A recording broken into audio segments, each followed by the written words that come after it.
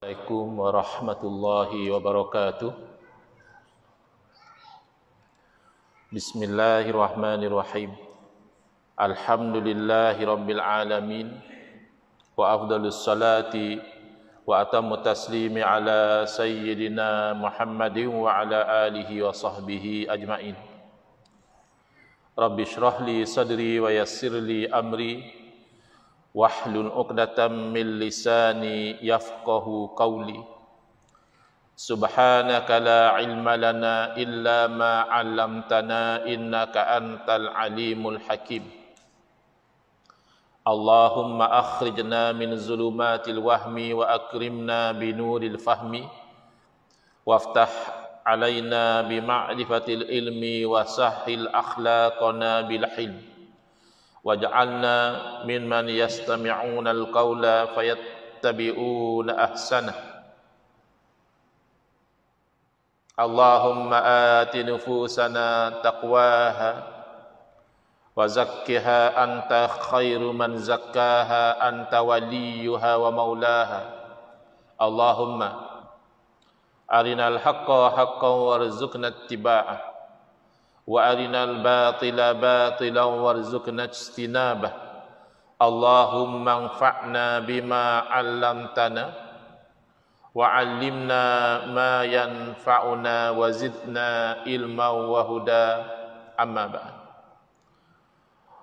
Qala asy-syekhul muallif al-imamu hujjatul islami Abu Hamid Muhammad ibn Muhammad Al-Ghazali At-Tusi rahimahullah ta'ala, wa nafa'ana bihi wa bi'ulumihi fid daraini amin.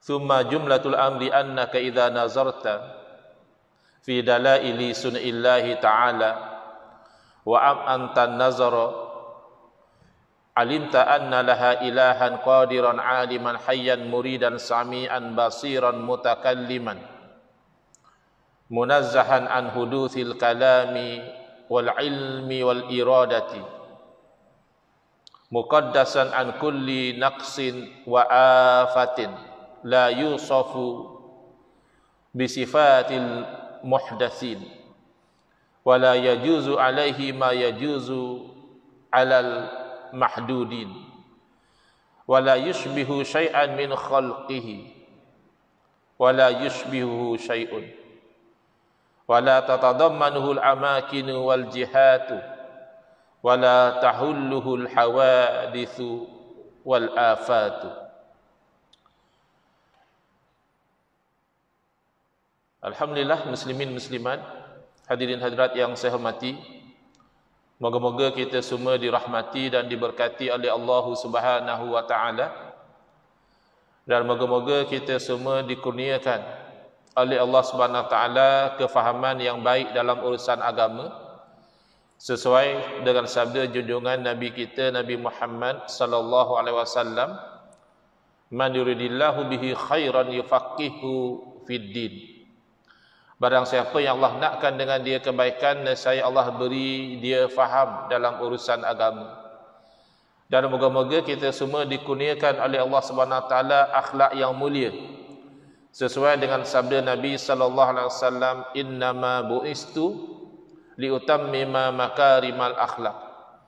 Hanya saja saya dibangkitkan demi untuk menyempurnakan kemuliaan akhlak.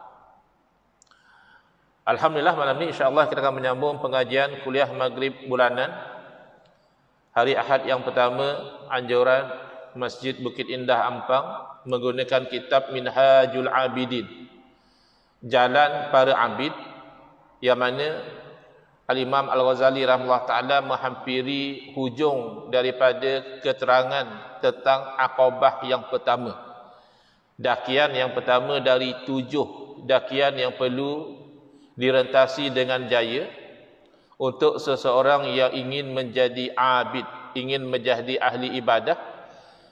Aqabah yang pertama adalah Aqabatul ilmi, dakian ilmu. Lalu menuju kepada kesimpulan. Kata Imam Ghazali rahimahullah ta'ala, kemudian daripada itu Kemudian daripada beliau menerangkan, menghuraikan tentang dakian ilmu ini, maka kesimpulannya bahawa kamu apabila kamu memerhati kepada tanda-tanda ciptaan Allah Subhanahu wa taala.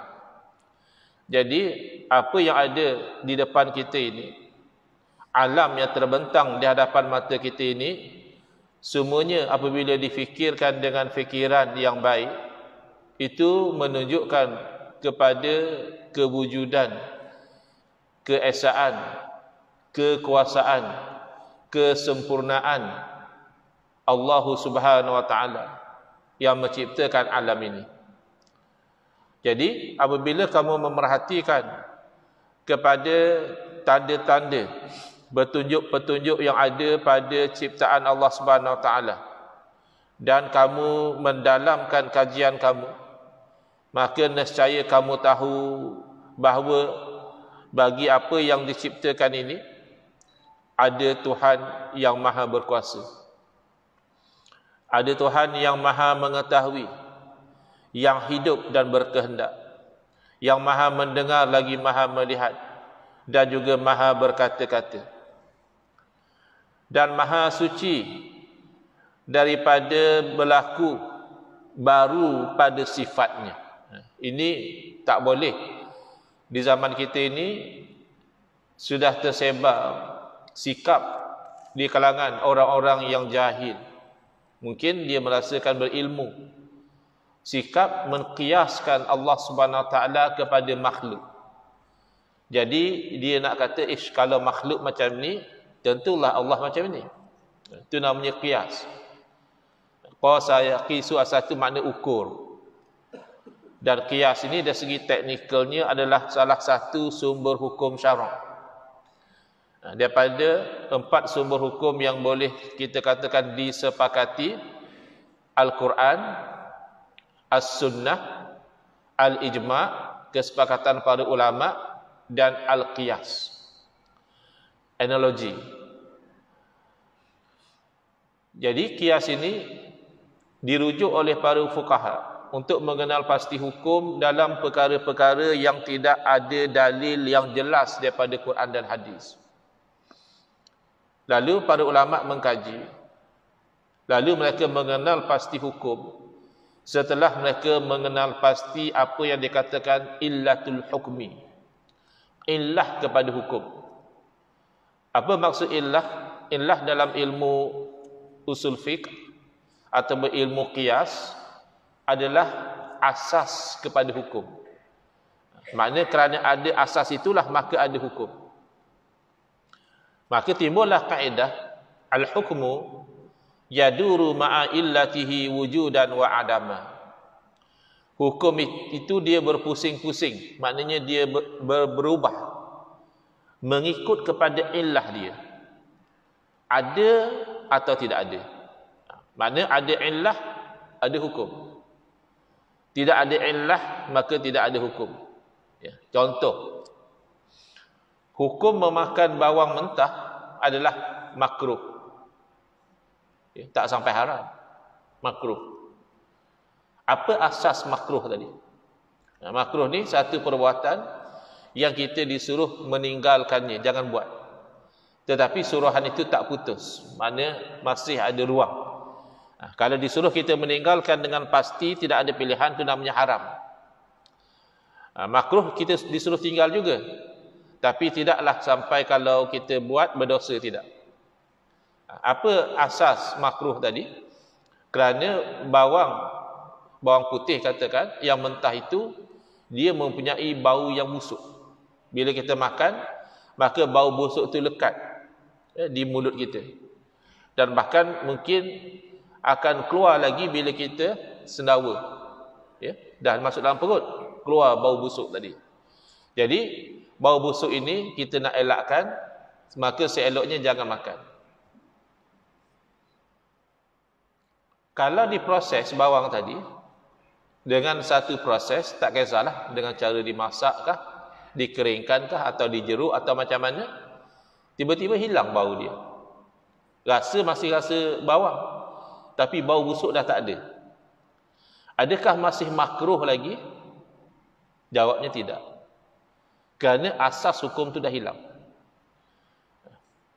Jadi sebab itulah kita lihat proses daripada perahan anggur, buah anggur tu diperah, diambil airnya, maka air perahan anggur itu boleh diminum.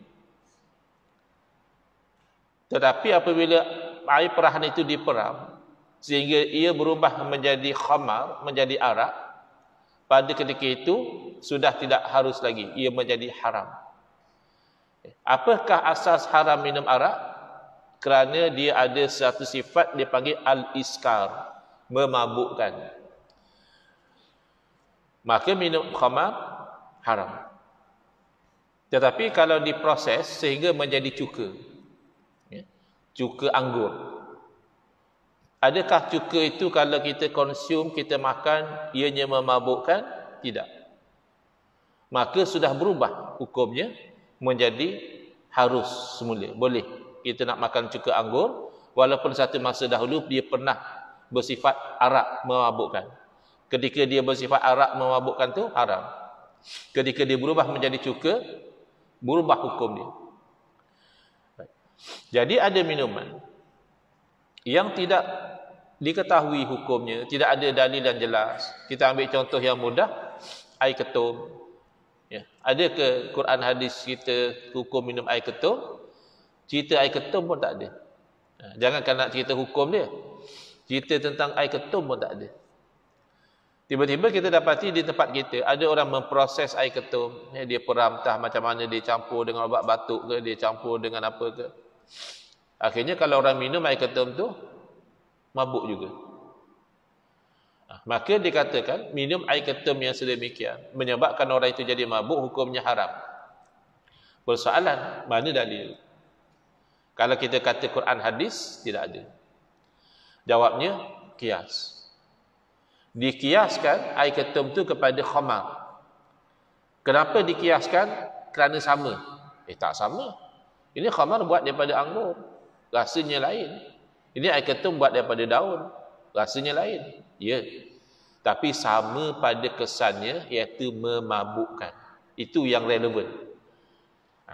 Air sirap misalnya, tak boleh kita kata air sirap haram kerana sama macam red wine, sama-sama merah. Ya mungkin color dia sama, tetapi asas hukum tak sama. Minum air sirap tak mabuk, minum wine mabuk. Jadi persamaan tu mesti yang relevan. Apa poin dia? Poin dia dalam bab kias, dia mesti sama. Walaupun air ketum dan wine tadi sama-sama makhluk. Walaupun sirap dengan red wine tadi sama-sama makhluk, tapi kalau tak sama asas hukumnya, maka kias macam itu batal. Mana kalau ada orang keluar fatwa, kata dia berfatwa bahawa minum air sirap haram kerana sama macam red wine. Sama macam mana tu? Sama-sama merah. Terbatal kias dia. Kerana persamaan itu tidak relevan. Bayangkan ya. Sama-sama sirap itu makhluk, red wine itu makhluk, sama-sama merah, tapi persamaan itu tidak relevan, bukan pada asas hukum, terbatal kias. Macam mana orang boleh kias Allah dengan makhluk? Sedangkan Allah tidak sama seperti makhluk, makhluk tidak sama seperti Allah. Laisa kamislihi syai'un. Tidak ada seperti sama macam Allah tu satu apa pun tak ada. Walam yakul lahu kufuwan ahad.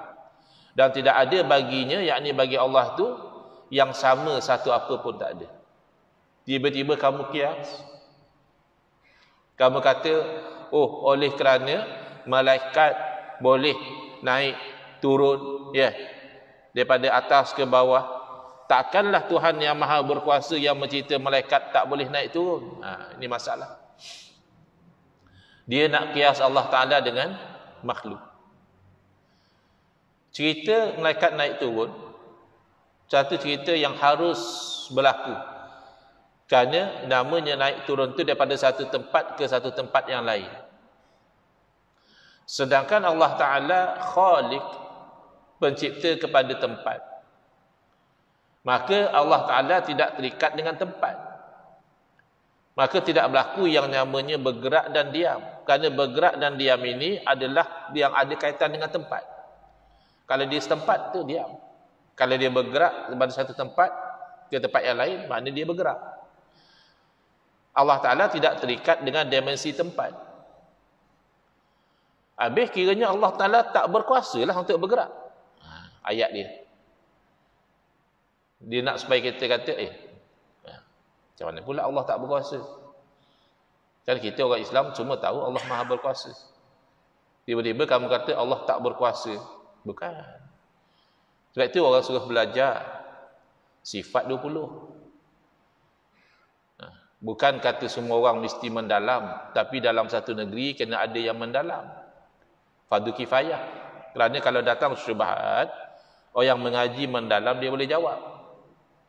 Untuk pakai diri sendiri, memadailah kita tahu bahawa Allah Ta'ala bersifat dengan segala sifat kesempurnaan. Mustahil Allah bersifat dengan kekurangan. Mustahil Allah sama seperti makhluk. Cukuplah tu. Untuk pakai diri sendiri. Tapi kalau sudah ada orang mengatakan, oleh kerana Allah Maha berkuasa, kenapa pula Allah tak boleh turun naik? Maka jawabnya, sifat kudrah, sifat kuasa ini, ta'alluqnya, skopnya hanya pada yang harus, yang mungkin. Adapun yang mustahil, itu tidak ada kena-mengena dengan kudrah. Mustahil ini sesuatu yang tak mungkin wujud. Mungkin sesuatu yang boleh wujud, boleh tak wujud. Wajib sesuatu yang mesti wujud. Sebab tu kena belajar hukum akal. Sekarang orang tak tahu dah hukum akal. Dia hanya tahu hukum syarak. Wajib, sunat, harus, makruh, haram. Hukum akal, wajib, lawannya mustahil. Di tengah-tengah tu ada harus, dia dah tak belajar. Maka adakah kerana Allah Ta'ala Maha berkuasa kamu nak mengatakan seperti kaum wanita pun ramai yang boleh beranak? Kan orang kata kaum wanita kaum yang lemah, kan? Kaum yang lemah. Tak maaf itu istilah yang orang biasa guna.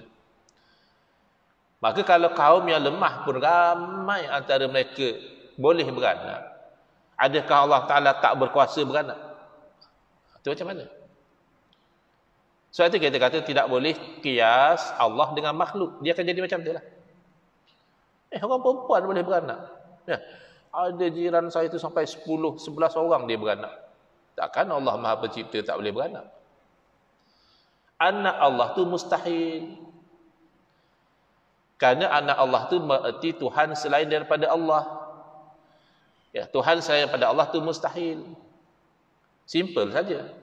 Kalau kamu katakan Allah ada anak, anak Allah tentulah Allah juga, Tuhan juga.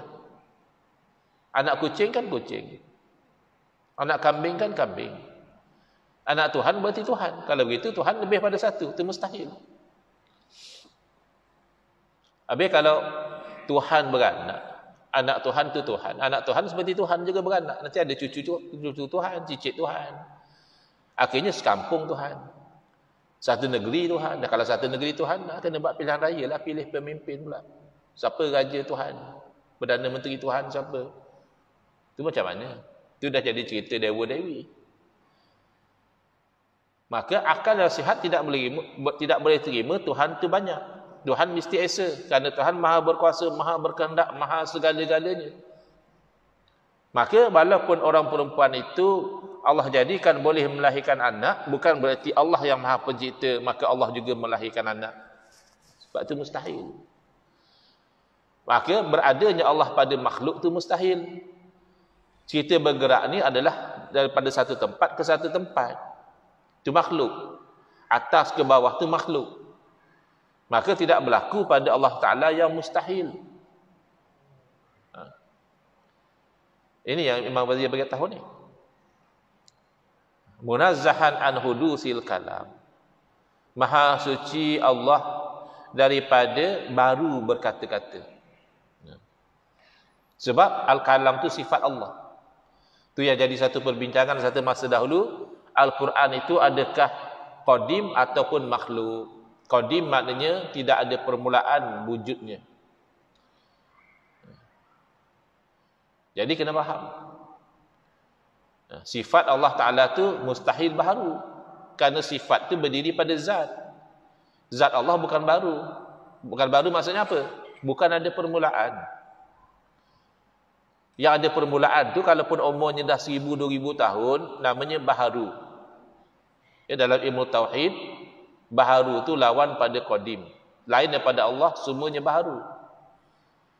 Sifat Allah berdiri pada zat Allah. Maka tak mungkin sifat Allah baharu.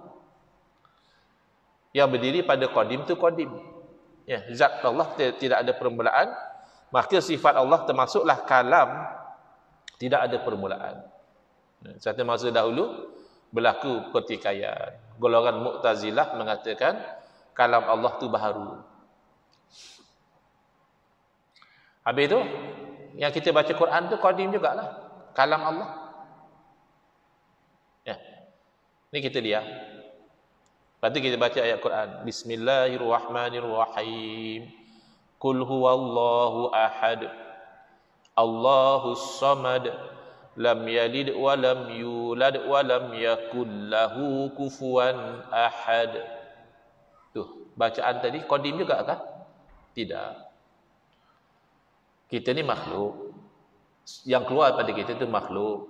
Suara kita tu makhluk. Walaupun kita kata baca Al-Quran, suara kita tu makhluk. Tolong unjuk Al-Quran. Oh, sifat Allah yang qadim boleh diunjuk-unjuk. Tak, maksudnya kertas-kertas yang dicetak padanya huruf-huruf yang boleh di situ kita membaca Al-Quran. Kertas tu jelaslah makhluk. Asalnya kan pokok, diproses jadi kertas. Asalnya kertas tu kosong, dicetak dengan dakwat jadi ada tulisan. Maka yang demikian jelaslah makhluk. Tapi Al-Quran dengan arti kata kalam Allah, sifat Allah itu qadim. Maka ini yang disebut oleh Imam Ghazali ni. Maha suci Allah daripada barunya kalam. Kita ni baru je. Tadi diam. Ini baru bercakap. Diam lagi. Cakap lagi. Maka kalam Allah tidak demikian. Kalam Allah adalah sifat yang qadim. Tak boleh bayang Ustaz. Siapa suruh bayang? Allah Ta'ala mana boleh bayang-bayang. Ya. Kalau kamu sampai satu peringkat, kamu rasa tak boleh bayang Allah macam mana. Betul lah tu. Stick gitulah, kekallah macam itu. Kerana makhluk ini dan apa yang dibayangkan oleh makhluk adalah makhluk. Bila makhluk membayangkan sesuatu, maka bayangan itu adalah makhluk. Pasti Allah tidak serupa dengan bayangan dia. Kerana Allah tidak serupa dengan makhluk. Allah melihat segala-galanya. Kita pun tak boleh bayang. Segala-gala Allah lihat. Kita yang depan ni pun kita tak dapat fokus semua. Kita nampak dari depan, yang belakang tak nampak. Macam mana kita nak bayang Allah melihat segala-gala? Tak suruh dia bayang. Yang disuruh kita beriman bahawa Allah Ta'ala bersifat dengan sifat basar, melihat. Dan sifat basar Allah itu setiap yang wujud. Adapun kudrah iradah, ia hanya yang mungkin. Tidak mungkin Allah berkehendak sesuatu yang mustahil. Itu orang tanya, dah Allah Ta'ala maha berkehendak, maha berkuasa. Kalau Allah Ta'ala berkehendak, adakah Allah berkuasa melahirkan anak? Tak ada cerita macam tu. Tak akan berlaku kehendak Allah tu pada sesuatu yang mustahil. Kalau nak tanya macam ni boleh. Allah Ta'ala maha berkehendak, maha berkuasa. Kalau Allah Ta'ala berkehendak, boleh tak berkuasa tak Allah Ta'ala menjadikan satu orang perempuan yang dah menopause 30 tahun, sekarang umur dia 85 tahun, melahirkan anak, melahirkan baby. Boleh tak? Boleh. Dari segi hukum akalnya harus. Dari segi hukum adat itu mustahil.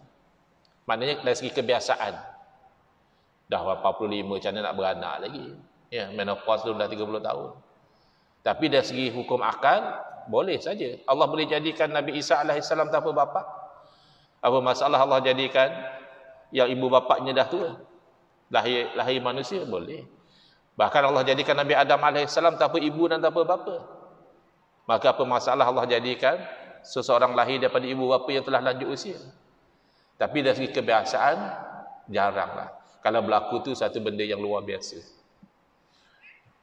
Tapi jangan samakan. Oh, Allah boleh beranak, Allah bergerak.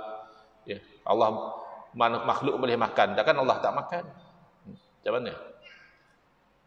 Makhluk yang lemah ni pun ada pasangan. Takkan Allah tak boleh beri pasangan kalau Allah nak? Habis. Bila start kias Allah dengan makhluk, rosak. Itu kias yang sangat batil. Kias makhluk sama makhluk kalau tak sama batil, maka kias makhluk dengan Allah pasti batil. Begitu juga ilmu Allah bukan baru. Kita banyak benda kita baru tahu. Wallazi akhrajakum min butuni ummahatikum la ta'lamuna syai'a. Dialah Allah Taala yang mengeluarkan kamu daripada dalam perut mak kamu tu hal keadaan tak tahu satu apa pun. Kan baby baru lahir. Apa dia tahu? Ya. Kemudian allamal insana ma lam ya'lam. Allah lah yang mengajar manusia apa yang manusia dulu tak tahu. Maka ilmu kita baru.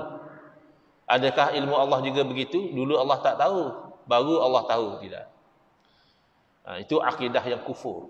Itu pernah golongan Qadariyah dahulu. Dia mengatakan Allah tidak menciptakan perbuatan manusia.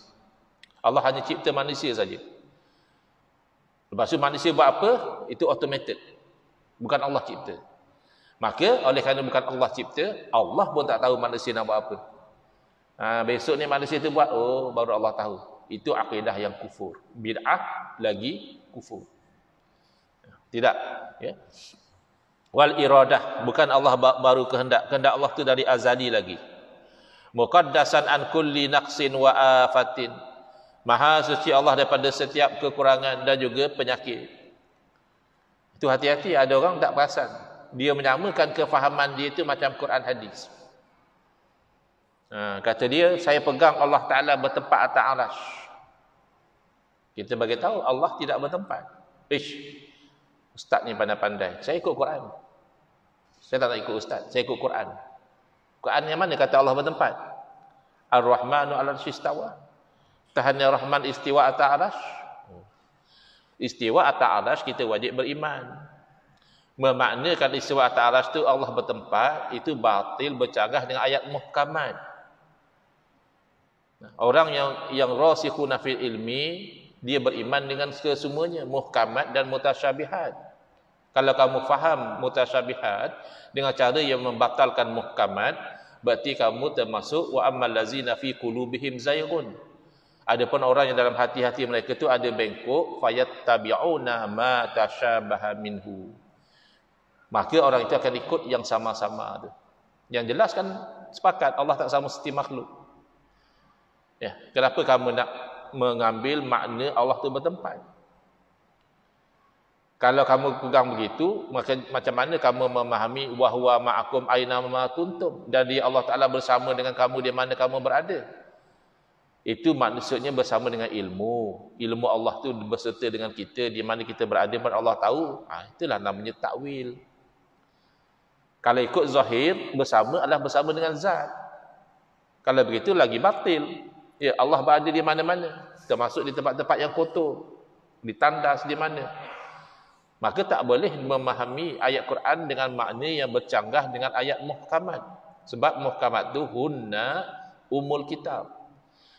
Ayat muhkamat itu ia adalah induk kepada Al-Quran. Jadi rujuk dekat muhkamat. Jangan main dengan mutasyabihat. Main dengan mutasyabihat itu orang yang hatinya bengkok, zair, ya, cenderung kepada sesat.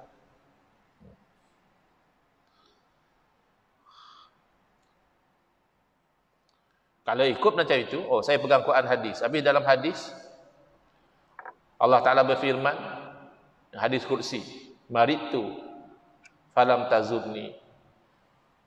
Wahai anak Adam, aku telah jatuh sakit, lalu kamu tu tak datang ziarah pada aku. Itu macam mana?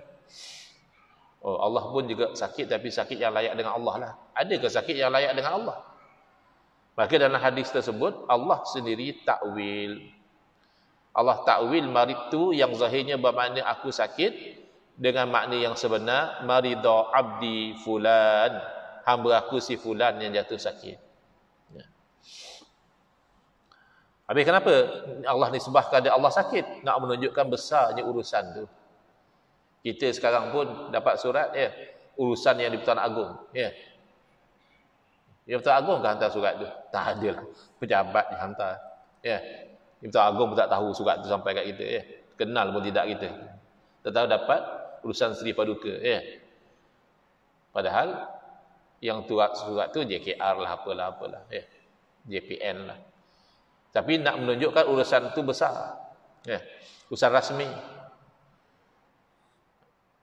Maka yang tolak takwil, yang tak nak alih daripada makna yang tidak layak dengan ayat muhkamat, pergi kepada makna yang sesuai dengan ayat muhkamat, berarti dia menolak cara Allah sendiri. Allah sendiri takwil.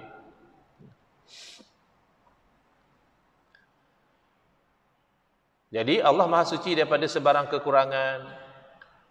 Bila Allah bertempat atas arasy, padahal arasy dulu tak wujud, Allah yang wujudkan arasy. Wujud Allah tanpa arasy pasti. Tiba-tiba bila Allah ciptakan arasy, Allah berubah jadi bertempat. Ini mustahil.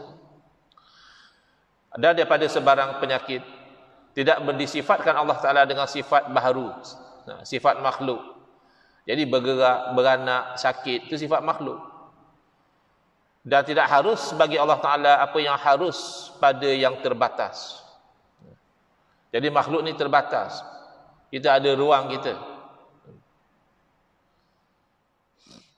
Kita ada batasan kita ada saiz kita. Maka kita nak kata Allah juga begitu, tak boleh lah. Sebab Allah bukan makhluk.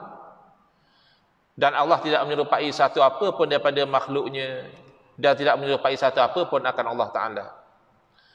Dan tidak akan Allah Ta'ala itu diliputi oleh tempat dan juga arah, tidak.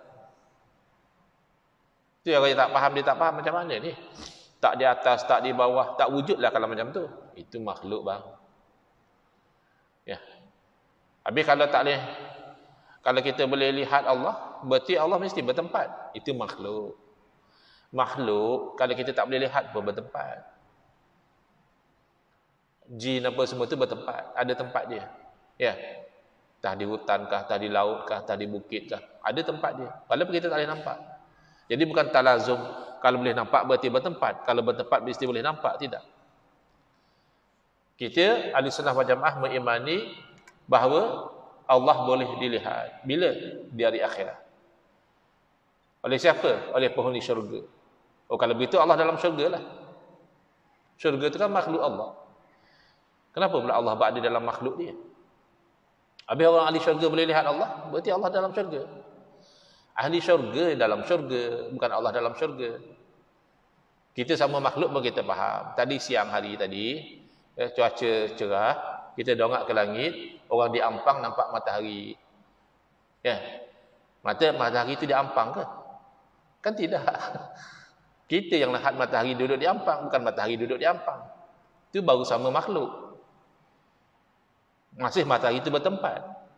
Tapi tak sama kita duduk di Ampang melihat matahari, maka berarti matahari di Ampang. Tidak.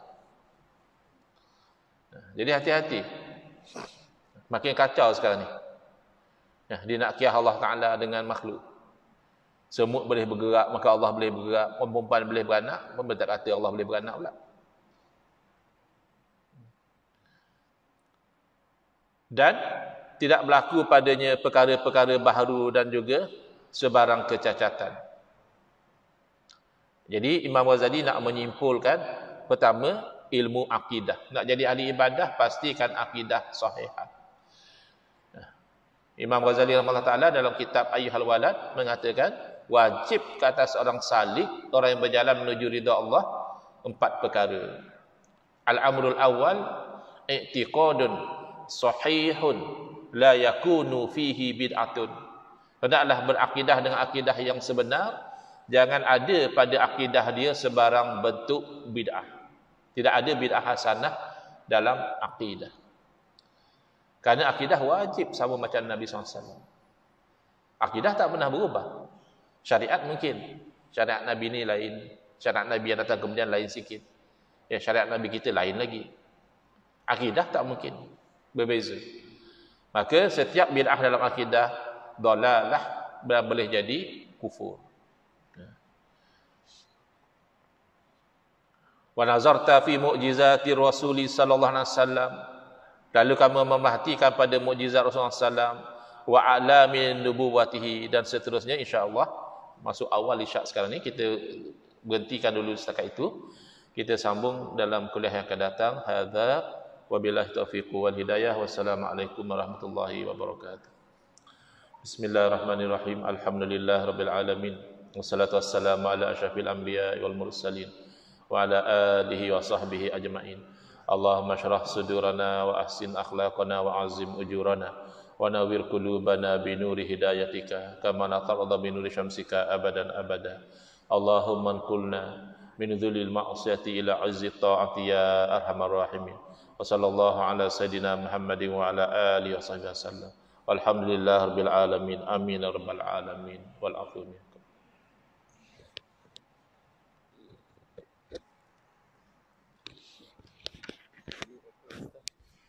Tiga dahan ilmu.